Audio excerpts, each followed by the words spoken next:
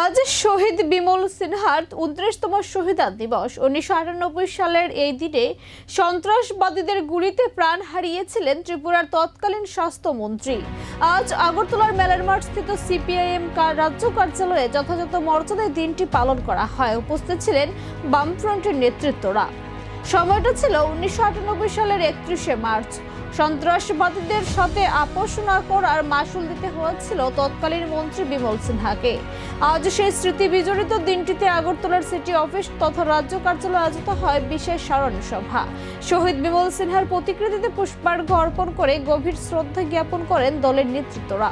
অনুষ্ঠানে উপস্থিত ছিলেন সিপিআইএম রাজ্য কমিটির সদস্য শঙ্কর প্রসাদ দত্ত এবং নারায়ণ কর সহ অন্যান্য নেতৃত্বরা। সংবাদ মাধ্যমের সাথে কথা বলতে গিয়ে শঙ্কর প্রসাদ দত্ত বলেন, বিমল সিনহা ছিলেন সন্ত্রাসবাদ বিরোধী সংগ্রামের এক বলিষ্ঠ কণ্ঠস্বর। রাজ্যের শান্তি ও সম্প্রীতি রক্ষায় তার আত্মত্যাগ আজও সাধারণ মানুষের কাছে প্রেরণা। রাজ্যের বিভিন্ন প্রান্তেও আজ বিমল সিনহার স্মরণে নানা কর্মসূচি পালন করা হয়। বাম শিবিরের দাবি, বর্তমান রাজনৈতিক পরিস্থিতিতে বিমল সিনহার মতো লড়াকু আদর্শের প্রাসঙ্গিকতা আরও বেড়েছে। আমরা এখানে সমবেত হয়েছি কমরেড বিমল সিনহার প্রতি শ্রদ্ধা জানানোর জন্য।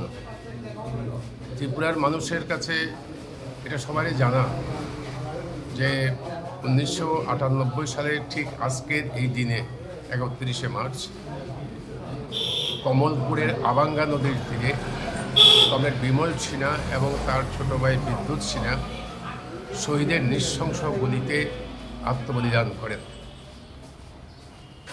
সন্ত্রাসবাদীরা তাকে খুন করেছে এবং সেই সময়েতে সন্ত্রাসবাদের বিরুদ্ধে লড়াই করতে গিয়ে ভারতের কমিউনিস্ট পার্টি, মার্ক্সবাদী, উপজাতি গণমুক্তি পরিষদ, TYF-এর অনেক কমরেড আমাদের শহীদ হয়েছে।